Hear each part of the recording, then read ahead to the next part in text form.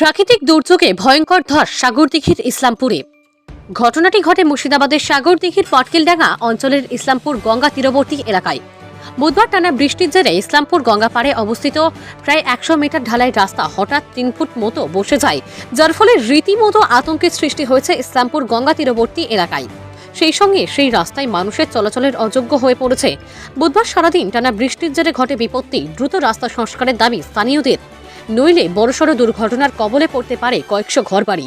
সেই সঙ্গে রয়েছে একটি মসজিদও। রমজান মাসে নামাজ পড়তে গিয়েও রীতিমতো সমস্যায় পড়েছেন স্থানীয় মুসল্লিরা।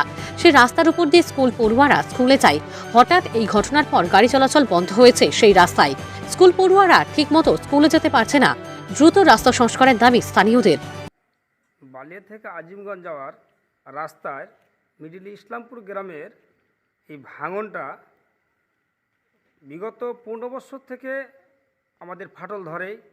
মাঝে মধ্যে মেরামত হয়, রাবিশ ফেলে, ইট মেরামত করার পরেও বিগত 4 বছর আগে ফাটলটা বন্ধ ছিল।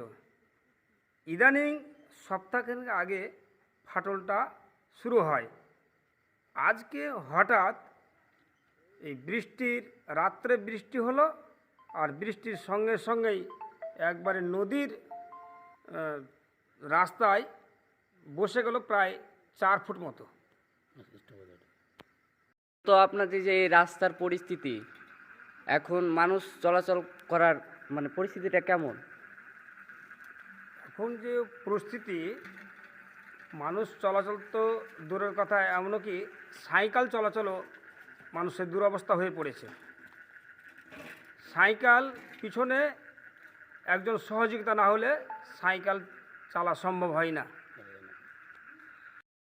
হ্যাঁ, এমনও দশা হয়েছে, এমনভাবে ভেঙে গেছে গঙ্গার ভাঙনের জেরে রাস্তা এমনভাবে ভেঙে গেছে, হঠাৎ যদি এখন কোনো মা বোন অসুস্থ হয়ে যায়, তাকে অ্যাম্বুলেন্সে নিয়ে যাওয়ার মতন কোনো সিচুয়েশন নেই। আমাদের এই গ্রামবাসীদের কি দাবি রাস্তা নিয়ে? এই রাস্তা নিয়ে আপনারা কি বলতে চান? নদীর ধারে রাস্তা, আর রাস্তার ধারেই আমাদের মসজিদ। মানুষের যে দুরবস্থা, তাতে আমাদের যাতে সুবিধা হয়, মানুষের চলাচল জানে, অ্যাম্বুলেন্স এবং ছাত্রছাত্রী বহনে যেন সুবিধা হয়, সেটাই আমাদের আশা আকাঙ্ক্ষা গ্রামবাসীদের। হ্যাঁ, আপনার কি দাবি? এই রাস্তা নিয়ে আপনার কি বলতে চান? কি আমাদের গ্রামবাসীর পক্ষ থেকে এটাই আমাদের দাবি, যাতে খুব শীঘ্রই, সামনে আসন্ন লোকসভা ভোট আসছে, লোকসভা ভোটের আগেই যেন রাস্তাটা মেরামত করা হয়।